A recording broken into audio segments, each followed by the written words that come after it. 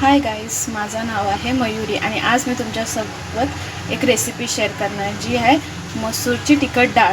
जी भाजी नसेल किंवा काही नसेल ना तरी आपण भाकरीसोबत, चपातीसोबत, भातासोबत खाऊ शकतो।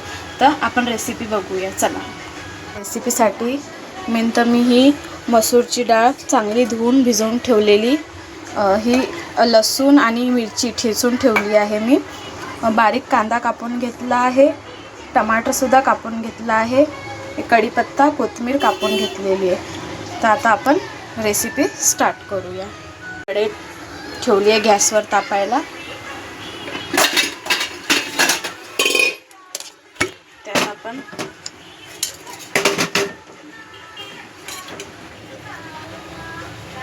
दोन चमचे तेल टाकूया। तेल चांगला गरम होऊ द्यायचं।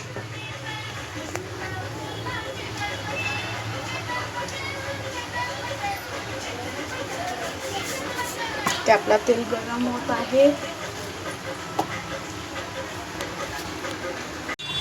आपला तेल छान गरम झालेला आहे। त्याच्यात आधी तर थोडी मोहरी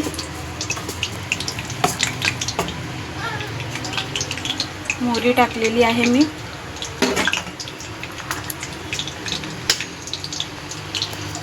चांगली तडतडू द्यायची तिला, मग त्यात जिरं टाकायचं।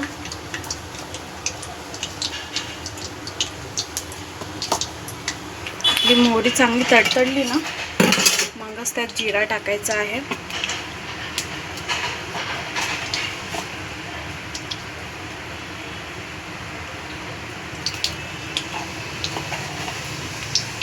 जिरा टाकला मी ह्यात,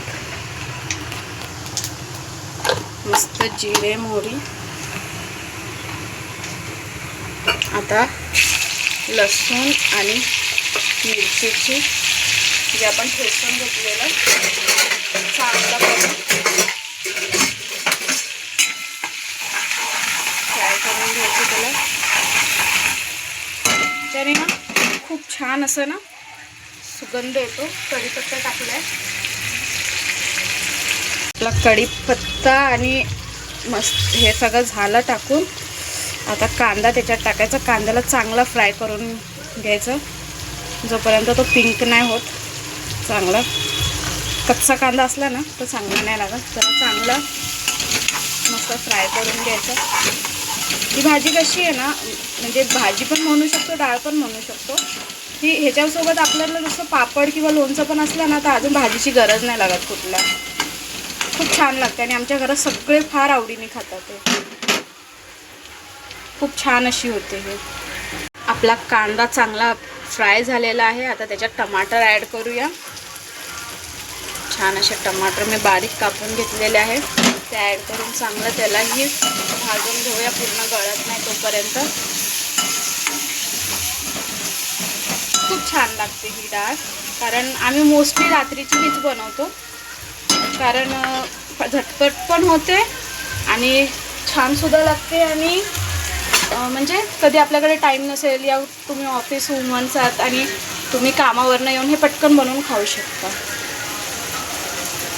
माझ्या मिस्टरांना देखील हे खूप आवडते ही डाळ। आता आपण त्याच्यात ना मीठ ॲड करूया। मीठ थोडं मी पहिला कमीच टाकते, कारण जेव्हा मिरची आणि लसूण मी ठेचते ना तेव्हा त्याच्यात थोडंसं मीठ टाकते, कारण ते पटकन ठेचून जाते।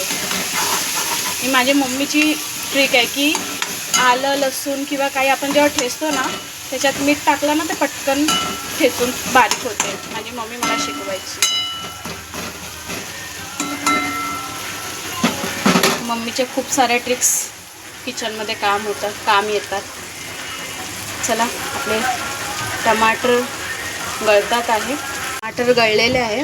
आता मी याच्यामध्ये लाल तिखट, हळद आणि हे गरम मसाला आहे ते ॲड करणार। जास्त काही मसाले नाही, फक्त लाल तिखट, गरम मसाला आणि हळद एवढंच ॲड करायचं। पुरे ह्याच्यानेच भरपूर छान टेस्ट येते ह्याच्यात। अजून ह्याच्यात जास्त काहीच टाकायची गरज नाही, बस। आता मसाला चांगला ह्याच्यामध्ये मिक्स करून घ्यायचा। मसाला चांगला भाजलेला आहे। भिजवलेली डाळ टाकायची. मी ऑलरेडी डाळ धुवून ठेवलेली 2-3 पाण्याने डाळ टाकलेला आहे. तर त्यात आपण पाणी ॲड करूया आणि हिला शिजायला सोडूया. एक 10 मिनिटात खूप छान शिजते आणि कुकरची वगैरे गरज नाही लागत ह्याला. स्वतःहूनच ती खूप छान शिजते कारण ऑलरेडी आपण तिला भिजवलेली आहे. मस्त शिजवून होते ती. मग शिजून झाल्यावरती मग कोथिंबीर टाकायची. खूप छान अशी चव येते त्याला. मी घट्टच ठेवते. तर पाणी टाकणार पण तो पाणी आटू देणार.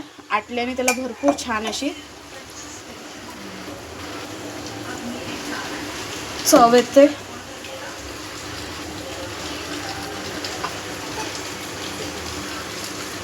चला आता हिला आटायला देऊया. चांगली शिजेल. मी झाकून ठेवलेलं आहे. शिजल्यावरती आपण बघूया आपली डाळ कितपत शिजली आहे. बघा छानशी आपली डाळ शिजलेली आहे. मस्त असा कलर आलेला आहे त्याला. बघा किती थिक छान अशी शिजलेली आहे. तिला अजून कोथिंबीर टाकूया. अजून 1-2 मिनटं छान तिला शिजू देऊया. मग आपली डाळ रेडी आहे. तुम्ही भातासोबत खावा किंवा भाकरीसोबत किंवा चपातीसोबत खूप छान लागते.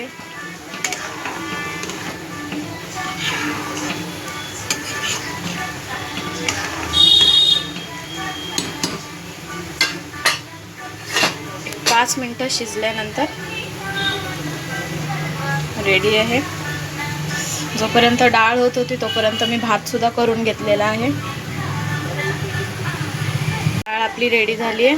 मी गॅससुद्धा बंद केला आहे. आता डाळ आपण वाटीत काढून घेऊया. तर खाण्यासाठी रेडी आहे डाळ. बघा किती छान अशी घट्ट झालेली आहे.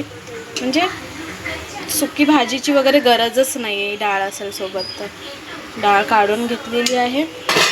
छान अशी डाळ रेडी आहे. आपण